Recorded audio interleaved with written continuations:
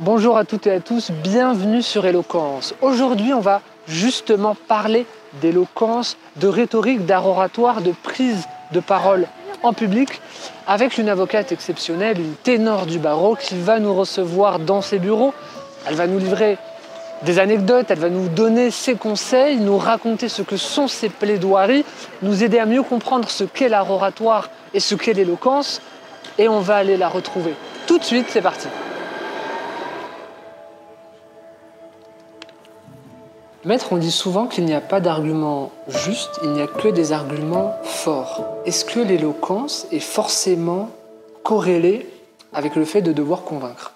Il est vrai que je vais nécessairement raisonner par rapport à mon métier d'avocat, puisque chaque jour, le cœur de métier, c'est d'aller convaincre effectivement devant des juges et de défendre son client, une personne physique, personne morale, et de les accompagner pour obtenir un résultat positif.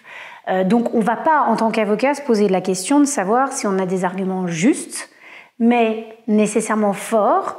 La justesse, c'est le rôle du juge. Donc il appartient au juge, effectivement, de trancher. Il aura souvent deux versions opposées. D'ailleurs, c'est toujours assez impressionnant quand on n'est pas habitué d'entendre les deux avocats. On va entendre le premier avocat, on va se dire oui, il a raison, et puis on va entendre le deuxième, on va se dire ah ben non, en fait, c'est peut-être lui qui a raison, le dernier qui a parlé, qui a raison. Mais nous, on ne se pose pas la question de savoir si ce qu'on va dire est juste, mais simplement, on va le faire dans l'intérêt de notre client. Et effectivement, on sera parfois amené à arranger la vérité. Je veux rebondir là-dessus, parce que c'est ultra intéressant. Ouais. L'avocat n'est quelque part pas là pour livrer son intériorité. Il est là pour dire ce qu'il veut faire penser et non pas ce qu'il pense. C'est vrai. Alors, ça, c'est quelque chose qui est parfois incompris. On entend souvent des gens vous dire comment vous faites pour défendre telle cause, comment vous pouvez mentir. Mais en fait, nous, on a dans notre métier une liberté de parole. Alors, bien sûr, il y a tout de même évidemment des limites. On ne peut pas faire tout et n'importe quoi, mais nous, en tant qu'avocats, on ne se pose pas la question de savoir si on dit la vérité, si ce qu'on dit est juste. On réfléchit pour présenter d'une certaine manière un dossier pour convaincre. Et tous les jours, on va au combat.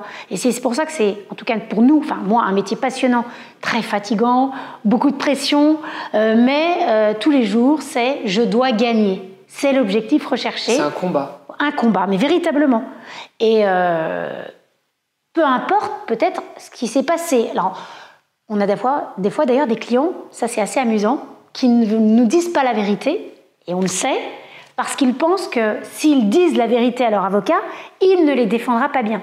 Donc, je dis toujours, dites-moi à moi la vérité, parce que je suis votre avocat, et moi, je m'occupe du reste. Voilà, donc ça c'est notre... Ça me rappelle, petite parenthèse, l'affaire Jonathan Daval avec un de vos confrères que vous connaissez bien, Randall Schwerdorfer, que j'ai eu la chance aussi d'interviewer. Et Jonathan, au début, ne disait pas la vérité, mais eux, je pense, la connaissaient. Donc on en revient à ce qu'on disait, l'avocat n'est pas là pour dire la vérité, mais il est là pour convaincre et aller dans le sens de son client, point barre. Donc, est-ce que la relation à la vérité n'est pas complexe à gérer pendant une plaidoirie? Alors, pour dire vrai, on peut être effectivement plus à l'aise et plus confort si on est en corrélation totale avec la thèse que l'on développe. C'est-à-dire que, effectivement, quand je vais plaider, des fois, tiens, encore la semaine dernière, on prépare une audience avec un client parce que notre client peut aussi être interrogé. Et des fois, certains disent que c'est notre pire ennemi parfois parce que nous, on va développer une thèse pour convaincre. Et surtout, il y a certains éléments qu'il ne faut pas forcément évoquer à la barre du tribunal quand on est interrogé.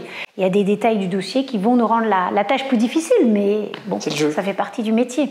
Et comme je dis toujours aussi, on a deux parties qui s'opposent. Et la vérité, elle est forcément peut-être entre les deux, ou plus d'un côté que de l'autre. Et elle est circonstancielle, en fait. Oui, mais si tout était vrai, Et s'il n'y avait pas d'opposition, il n'y aurait pas de procès. Bien sûr, c'est ça. C'est pour ça que souvent les clients sont heurtés par ce qu'ils vont entendre. C'est vrai que c'est parfois difficile d'entendre l'autre plaidoirie. Alors au Conseil de prud'homme, on a un système demandeur-défendeur. L'un évoque la thèse, l'autre va évoquer une thèse adverse. Je dis toujours, ce que vous allez entendre, ça va vous énerver, ça va vous mettre en colère. Mais sinon, on n'en serait pas là et on aurait négocié. Et c'est vrai que moi, on en parlera peut-être plus tard, mais en droit du travail, la matière a beaucoup évolué. Et aujourd'hui, je plaide peut-être statistiquement moins qu'hier, parce qu'on a beaucoup de rapprochements amiables aussi. Conciliation. Voilà, conciliation. J'aimerais revenir sur notre sujet initial qui est l'éloquence. J'avais une question qui me brûlait les lèvres, c'était pourquoi il y a cette dichotomie entre les orateurs français et nos amis d'outre-Atlantique, on va dire un Obama ou des orateurs comme ça, qui ont vraiment une éloquence, qui ont un rapport quasi charnel avec les mots, avec le verbe. En France, on ne l'a absolument pas. Je ne vais pas dire que nous sommes de piètres orateurs, mais le chemin est long. Pourquoi cette dichotomie? Est-ce que c'est culturel? Est-ce que ça commence à l'école? Pourquoi cette différence? Alors, je n'ai peut-être pas une connaissance suffisante de l'éducation, de la culture, par exemple, effectivement aux États-Unis. Bon, j'ai eu l'occasion de me rendre plusieurs fois, effectivement, néanmoins aux États-Unis, où j'ai constaté, on le voit tous et on le constate tous. Voilà, donc quand on écoute les médias ou quand on va à la rencontre des Américains, effectivement, on est tout à fait opposés. Moi, je pense qu'il y a d'abord la question de la culture. On va échanger en dehors d'un tribunal, j'entends, entre nous, lors d'une réunion, dans la rue, etc., où on est plus calme, plus posé, moins disproportionné sur l'expression. Aux États-Unis, c'est vrai qu'on a l'impression qu'il arrive quelque chose d'extraordinaire toutes les 5 minutes. Oui, c'est ça. Voilà. Alors après, je pense quand même qu'on évolue parce qu'on le voit. Voilà, moi j'ai beaucoup de jeunes étudiants que je reçois, que je prends en stage parce que c'est quelque chose pour moi de très important aussi de partager ma passion. Et beaucoup repartent en ayant l'envie de découvrir et de devenir avocat. Mais ça se voit que pour vous, c'est pas juste un métier, c'est un sacerdoce. Oui, c'est vrai. Moi, je travaille énormément. J'ai une amie qui est médecin qui me disait toujours « je suis une laborieuse ». Et effectivement, ça fait partie des métiers où il faut d'abord, dans son bureau, analyser les pièces, préparer son argumentation écrite avant d'aller porter la parole devant les juges. Et ça reste, c'est évident, enfin comme plein de métiers, mais c'est un métier totalement passion, où je dis des fois, je pose le pied par terre, jusqu'au coucher, je vais travailler, alors avec des interruptions, parce que voilà, il faut aussi effectivement s'aérer parfois l'esprit, mais je suis 24/24 à la disposition de mes clients, parce que je les porte et parce que je veux les emmener vers quelque chose de plus positif que lorsque je les ai rencontrés. Voilà. C'est quelque chose qui est plus grand que vous quelque part, parce que quand vous avez un client qui vient et qui vous dit maître, prenez une partie de mon fardeau, et j'ai pas la chance d'être avocat, mais je pense que c'est quelque chose de tellement grand que voilà, ça vous dépasse et c'est ça qui est passionnant quelque part. Alors je vais même plus loin souvent quand je rencontre les gens, mais il faut qu'ils en soient capables. Je leur dis, vous déposez votre paquet là, dans mon bureau, et vous repartez. Votre paquet, votre fardeau, vos soucis, vous posez tout ça ici. Au départ, je demande une collaboration avec le client pour qu'il m'apporte un certain nombre de pièces que je vais demander. À un moment donné, j'aurai peut-être besoin qu'il me fasse part d'un certain nombre d'arguments de réponse. Mais après, je leur dis, vous repartez d'ici, vous vivez votre vie, vous soufflez. Et moi, je vous appelle quand j'ai besoin, mais faites-moi confiance. C'est, je pense, évidemment, un des points les plus importants. Faire confiance à celui à qui on confie sa défense. Et la plus belle récompense, c'est entre le début et la fin d'un dossier, lorsqu'on a gagné ou lorsqu'on a négocié, mais en tout cas, à la fin, on a aidé la personne et on a retrouvé le sourire.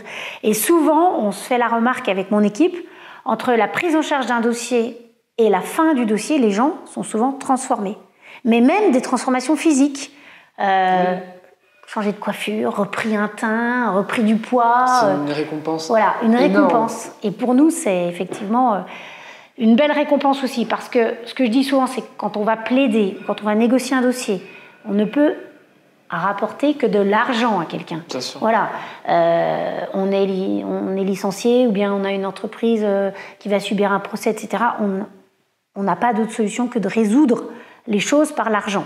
Voilà, on ne recevra pas une lettre d'excuse, on n'aura pas des pardons, etc., etc. D'ailleurs, parfois, j'ai des clients qui arrivent en disant « j'ai rendez-vous, c'est déjà arrivé, avec le docteur ou avec docteur Gouret. Ah oui. Ouais. Et donc, je leur dis « je ne suis pas médecin, je suis juste avocat ». Mais en revanche, il y a une partie thérapie. Et ça doit être intégré aussi dans notre métier. Mais ça me plaît, le côté. C'est pour ça que le droit du travail, c'est aussi une matière passion, parce que c'est une matière très humaine. Autre sujet qui me semble intéressant, c'est le fameux tribunal médiatique, dont on parle souvent, et le tribunal judiciaire. Est-ce que le tribunal médiatique, qui va évoquer les affaires, qui va parfois rendre une sorte de jugement un peu hâtif, est-ce que ça vous court-circuite dans votre travail un peu, beaucoup, trop? Comment vous le vivez, ça? Comment vous l'appréhendez? Alors, il est vrai que j'ai vu une évolution par rapport à ça vis-à-vis du rapport que j'ai avec mes clients, tant personnes physiques que personnes morales, donc soit des particuliers qui vont consulter, soit des entreprises, où on a une influence par les médias, tant parce que les gens vont lire, voilà, tout le monde aura effectivement le réflexe d'aller taper Google pour peut-être avoir des infos, ou alors dans notre métier, les gens sont très influencés aussi par les médias et par ce qu'ils vont pouvoir entendre. Bien sûr. Voilà. À travers à la fois les activités journalistiques, que même tout simplement les séries télé, les films, etc., où les gens vont être complètement sur des idées qui ne correspondront absolument pas à la réalité. Et j'entends des fois des inepties où on va me dire, alors par exemple, je vais intervenir pour une entreprise et on va penser qu'il faut faire telle ou telle chose absolument pour arriver à mener une rupture de contrat de travail. Si on dit le gros mot, un licenciement. Ou bien, inversement, des personnes qui vont venir me voir en me disant moi maître, on va faire un prud'homme et puis moi je veux une indemnisation à 6 chiffres. Oui, d'accord. Voilà. Donc là, on s'assoit, on prend le temps et on va expliquer ce qu'on a le droit de demander.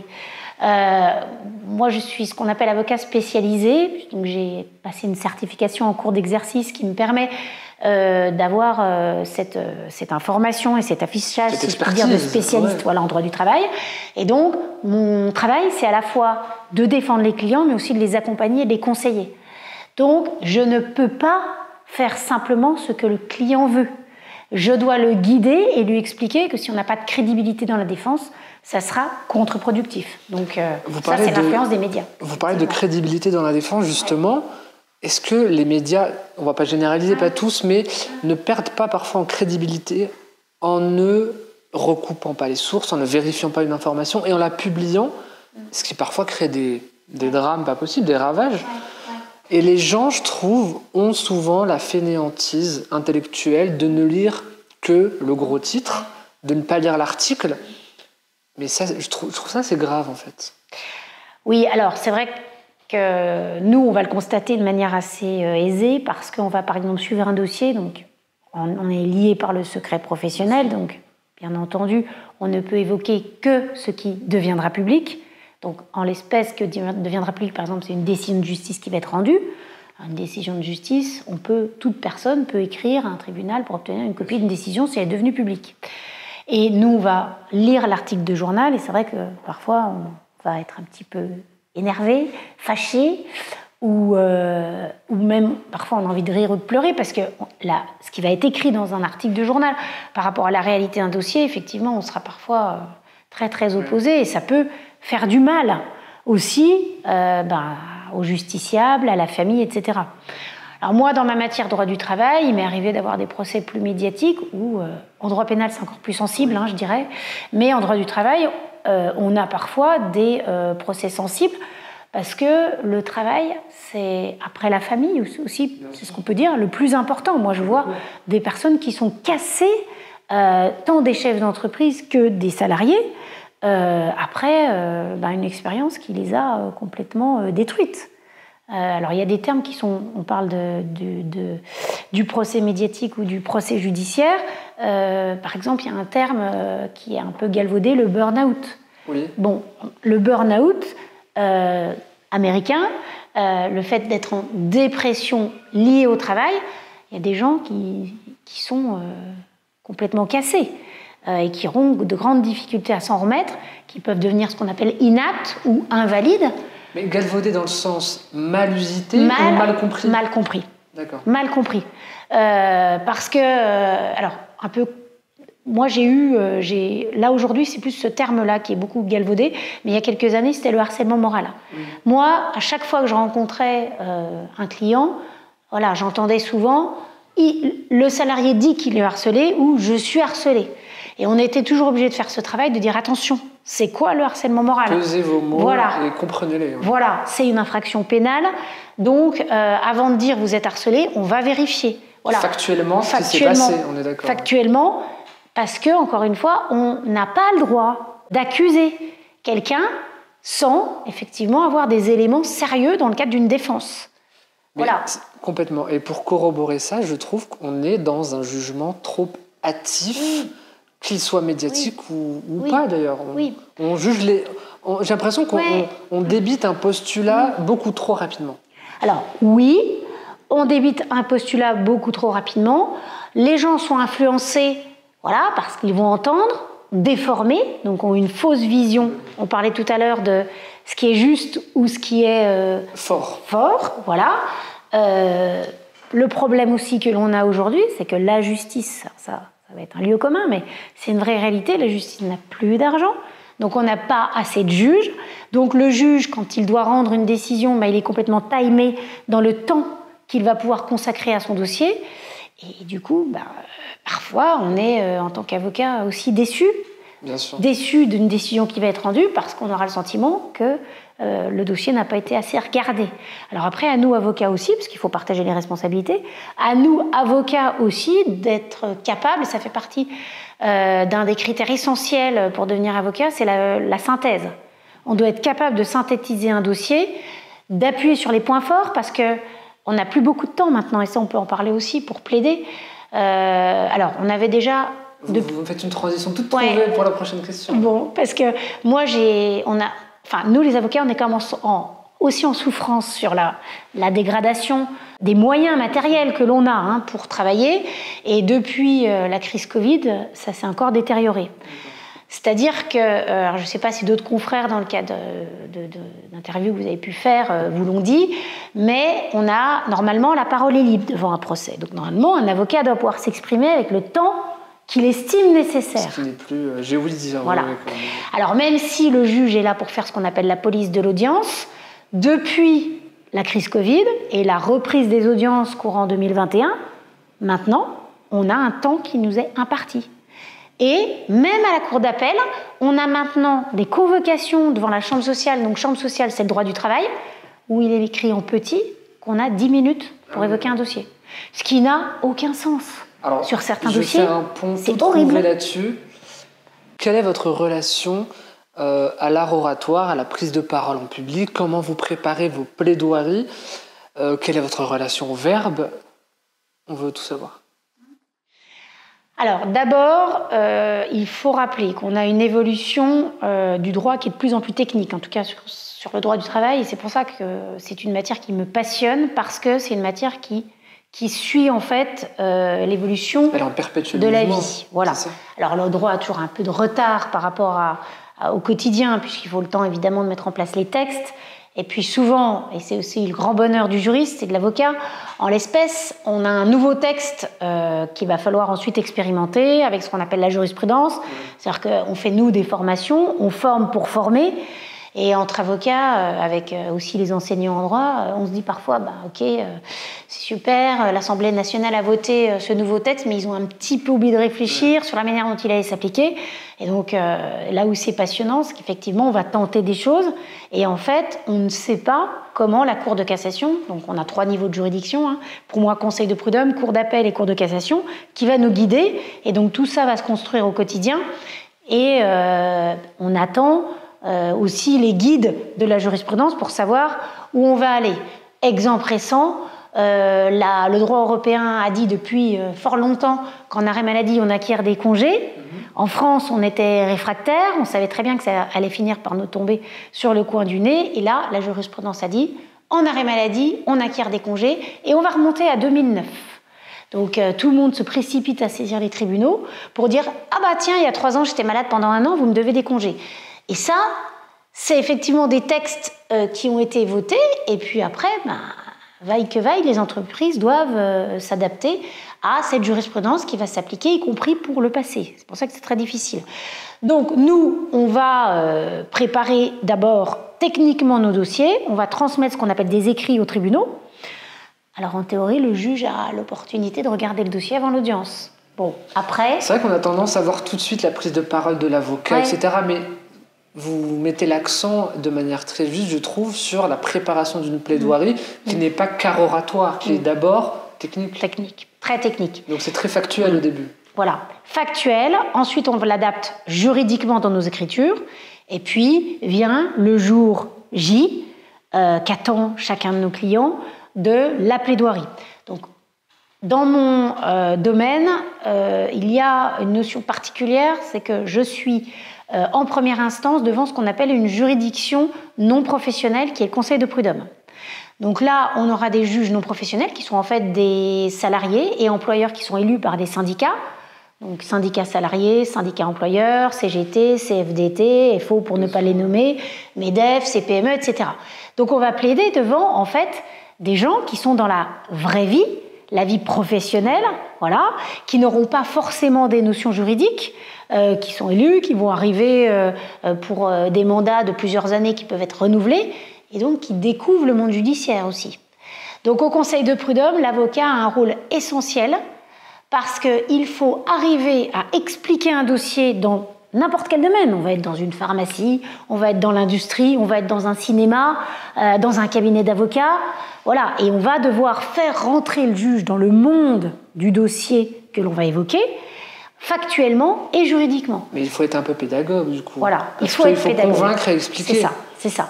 Et donc, alors, depuis quand même le Covid, on a maintenant des temps de plaidoirie qui sont souvent limités. On va nous dire, voilà, maître, vous avez 20 minutes pour expliquer votre dossier. Mais ça, c'est terrible. 30 minutes. C'est fou de faire ça. C'est fou, d'autant que parfois on remonte sur des années. Mais il va falloir que le juge rentre dans la vie professionnelle de notre client, qui parfois aura duré 20 ans, 30 ans. Moi, là, actuellement, j'ai des dossiers avec des anciennetés qui sont très lourdes. Parce que des fois, je dis, le monde de l'entreprise devient un peu fou aussi. Oui, bien sûr. Voilà, où je vais avoir des salariés qui vont, par exemple, venir me voir avec des statuts qui sont très élevés dans l'entreprise et qui, du jour au lendemain, sont licenciés. Donc moi, il va falloir que j'évoque devant un conseil de prud'homme la vie...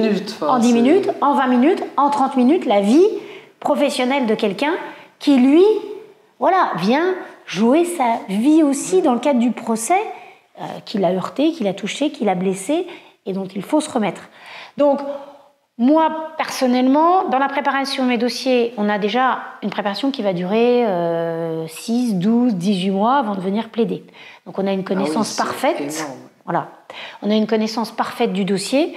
Et le jour où on le plaide, c'est vrai qu'avec l'expérience, ça va faire 25 ans, que je suis quasiment tous les jours devant les tribunaux, notre dossier, on le connaît tellement par cœur qu'on aura à peine besoin de regarder nos notes, en fait. C'est que la première chose, c'est de ne pas pouvoir être pris en défaut sur la technicité du dossier. Ouais. Et ensuite, c'est là où vous pouvez mettre l'art oratoire au service, mais d'abord connaître vraiment son dossier.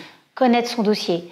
Et connaître son dossier, c'est respecter son client, vouloir s'investir pour lui, vouloir rentrer dans ses problématiques, partager, vraiment, partager ses souffrances, effectivement, ses blessures, partager aussi ses problèmes, partager les problématiques aussi techniques, effectivement, juridiques.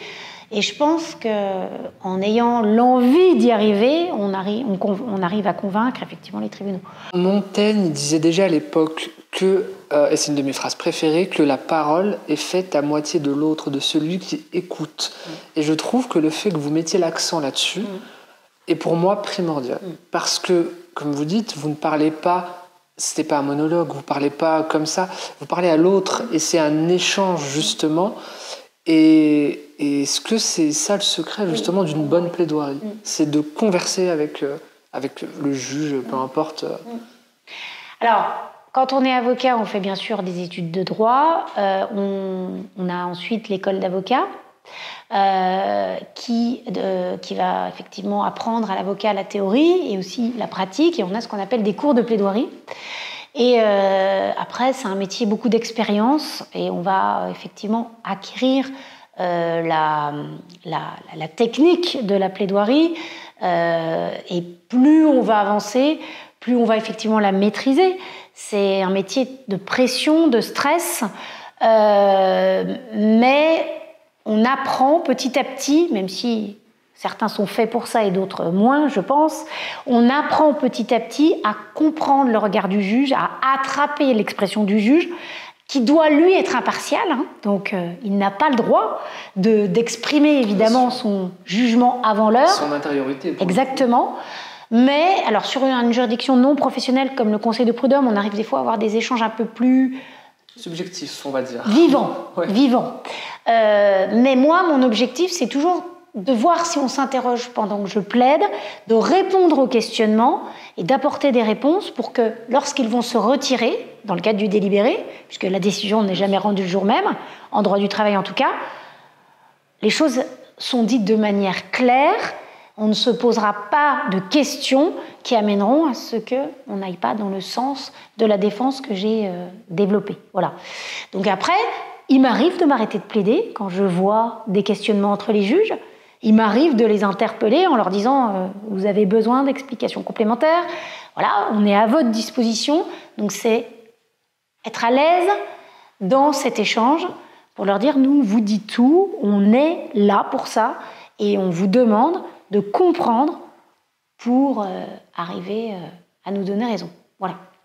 Alors, je rebondis là-dessus parce que le fait de justement marquer des temps de pause, des césures pendant le discours, le fait d'avoir des silences, ce n'est pas parce que les mots ne vous viennent plus, c'est parce que le silence peut aussi être éloquent. C'est d'ailleurs une figure de style qu'on appelle l'aposiopèse. Est-ce que le silence est éloquent pendant une plaidoirie? Est-ce qu'on en a besoin du silence? Alors moi, je l'utilise, le silence, lorsque justement j'ai le sentiment que je n'ai plus l'interaction avec le juge. Ça peut arriver. Là, je vais m'arrêter. Je vais me taire pour récupérer l'attention des juges et reprendre ensuite effectivement ce que je chercherai dans l'éloquence et le développement de la plaidoirie. Donc le silence effectivement peut être une sorte de signe d'autorité finalement. Absolument. Voilà. Ensuite, le silence, ça peut être aussi la respiration parce que on a un métier, je le disais tout à l'heure, de stress et de tension, et il faut que l'air circule aussi pour avoir ce discours fluide et convaincant. J'avais un confrère qui disait toujours, et moi c'est quelque chose que je répète aux jeunes avocats quand je vais être amenée à former, puisqu'on a au cabinet ce qu'on appelle des élèves avocats, je leur dis toujours, si tu vas à une audience, mon expression, la fleur au fusil, ça n'est pas normal.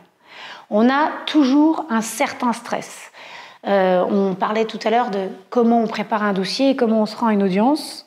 Avant de plaider, personnellement, ça fait 25 ans que je pratique cet exercice et j'espère encore pour le plus longtemps possible, même si un jour je laisserai la main. Avant, je ne veux voir personne, je ne veux parler à personne. Une bulle. Souvent, je mange après. Je parle après. Je suis dans ma bulle et j'ai une concentration extrême pour, en fait, préparer mon discours, mon argumentaire et ma conviction, finalement.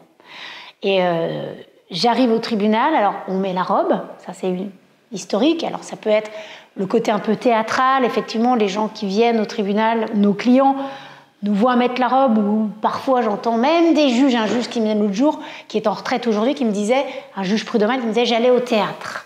Quand je vous écoutais, j'allais au théâtre. Il y a quelque chose de scénique. Oui, alors effectivement, il y a des scéniques, on a tous peut-être des habitudes, mais mettre la robe, c'est aussi historiquement la distance que l'on crée avec les juges et avec les clients. Alors moi, c'est pas la distance parce que je veux m'éloigner de mon client, mais la distance dans je rentre dans mon rôle et plus rien n'existe. Voilà. Et quand je plaide, j'ai ma tension. Alors, il faut que ce soit une bonne tension, une bonne pression, une pression positive. Mais ça, on l'apprend effectivement avec le temps. Mais on doit avoir cette pression-là qui va nous emmener vers, on espère, un résultat positif. Donc, c'est vrai que moi, je prépare toujours. Il faut me laisser tranquille.